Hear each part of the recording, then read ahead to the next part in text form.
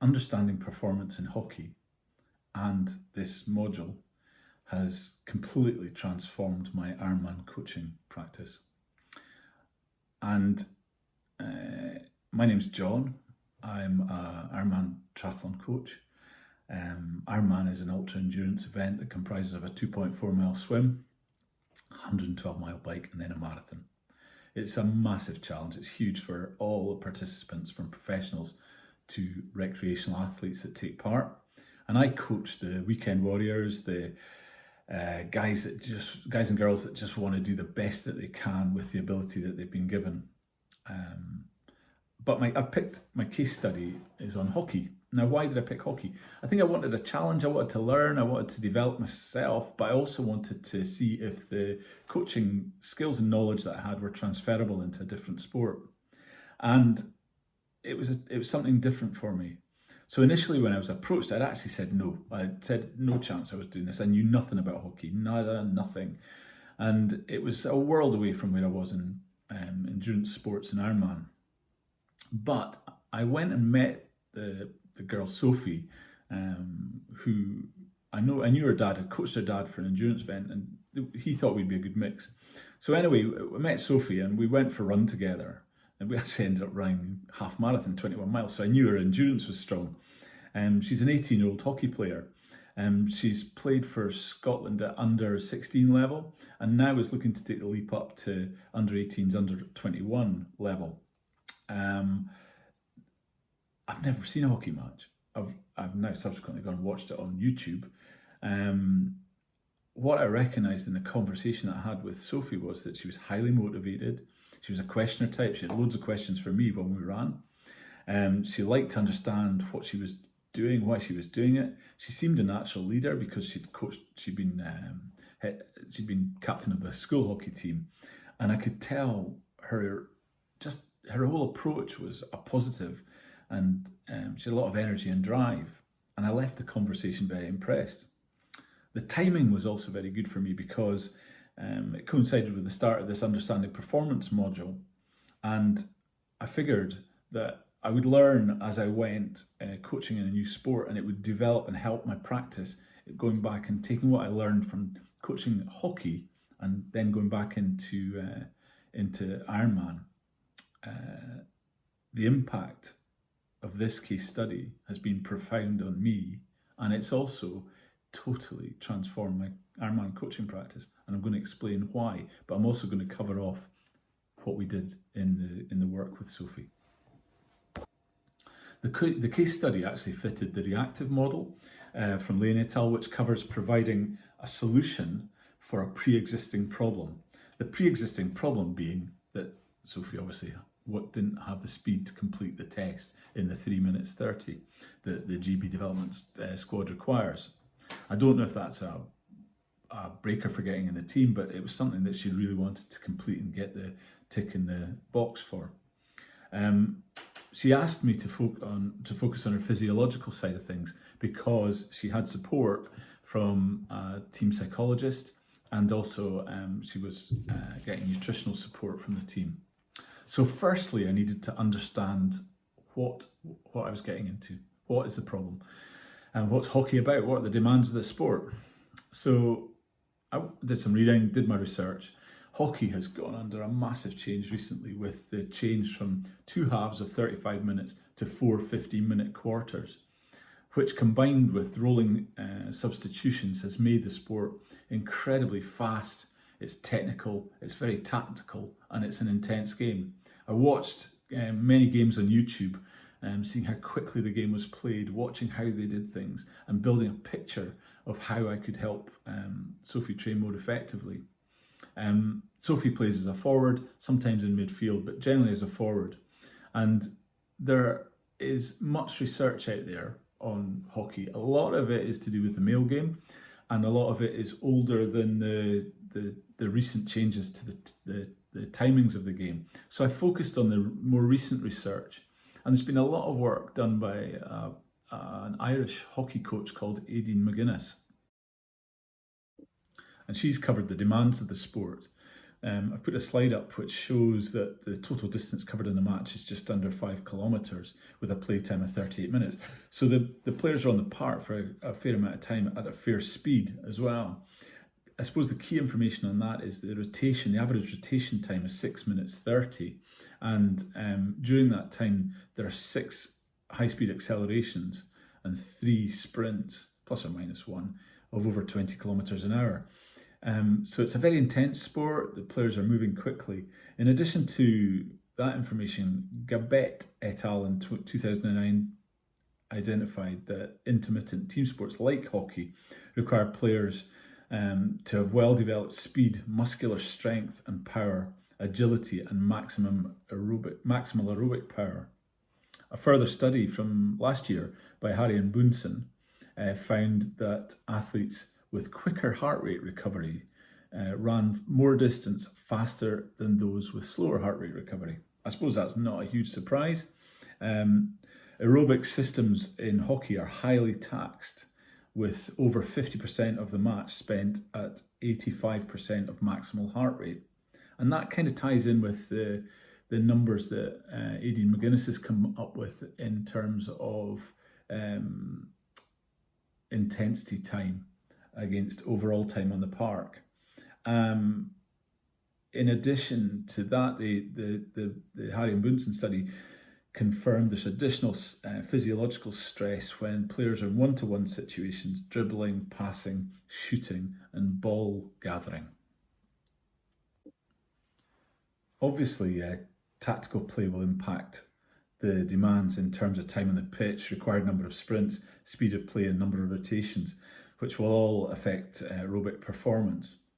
But armed with these demands, I dug out Andy's What It Takes to Win spreadsheet and talked it through with Sophie. We focused on the physiological section, given that she'd got nutrition and psychological sides fixed, but I'll come back to that later. Finalising the review of the needs analysis, we identified between us 3 key issues.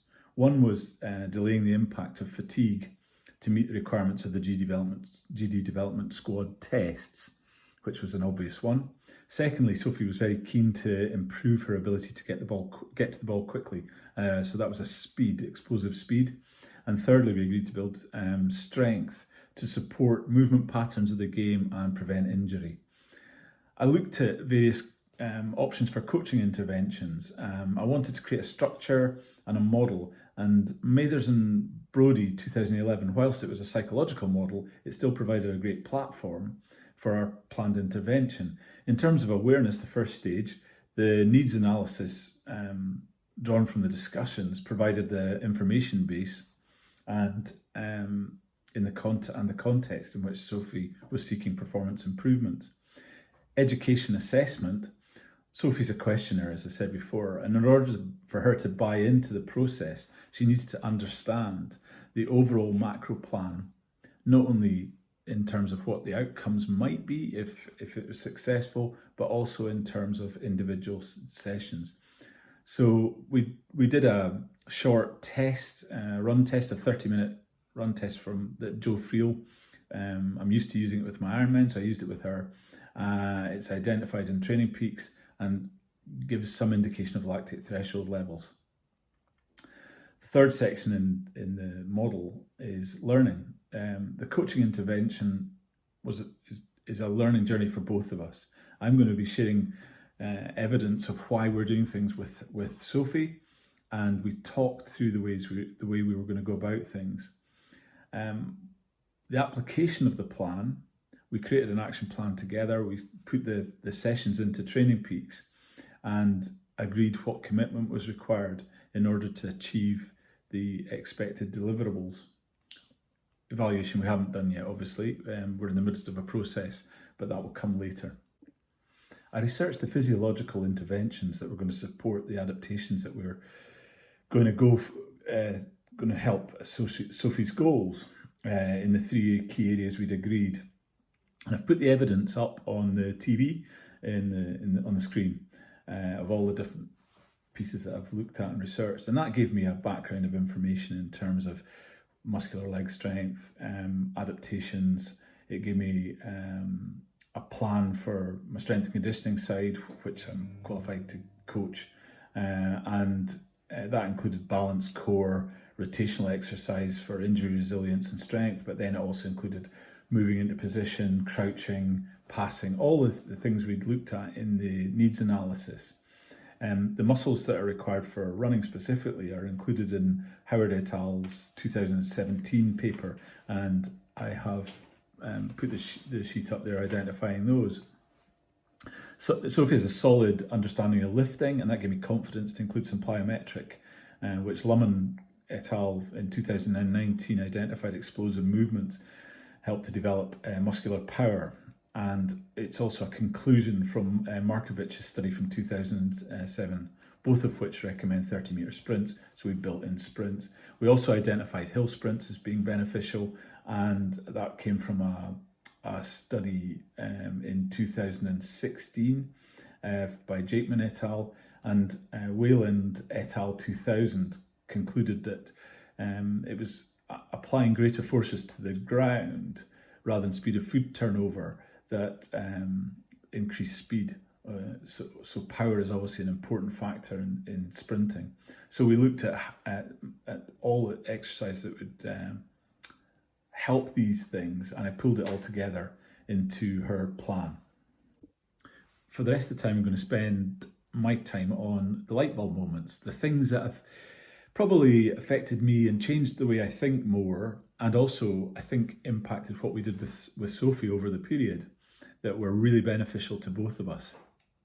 And the biopsychosocial model has been a real eye-opener for me. I think I put things in boxes before, but the biopsychosocial model pulled it all together into an integrated thought. So I couldn't separate the biological side from the psychological side that I thought I could do.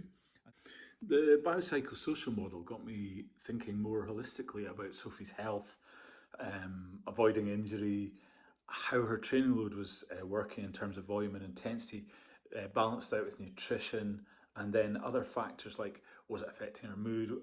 How did she feel? Her motivation seemed high consistently, and it was also balancing out her rate of perceived exertion, how she was feeling in the stresses and challenges of the training that I was giving her. And then there was other social factor like friends, family, how she was coping in the midst of all of that, and also the fact that she took a job on as we got started. The second point that fits in with the biopsychosocial model is that Sophie is biologically a woman, obviously. I then questioned, when I looked at the model, whether I was building a plan around a woman.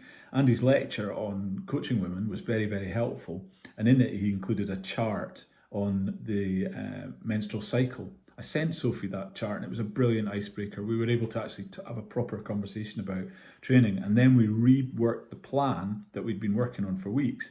We reworked it in accordance with the training suggestions that were in that, allied to some additional reading that I'd done in Tracy Sims' book on training through the menstrual cycle.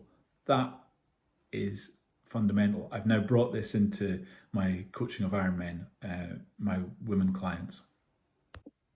The last thing I want to talk about is testing. I think we put in some testing at the start, as I mentioned, the Joe Field test, and later in the programme I put it back in and it didn't go so well. So when I explored why it hadn't gone well, I think Sophie had found it stressful, and I think it was probably more for me than for her. And the paper by Neil Gibson that talks about testing and the purpose of it, I think I'd not included it for the right reasons.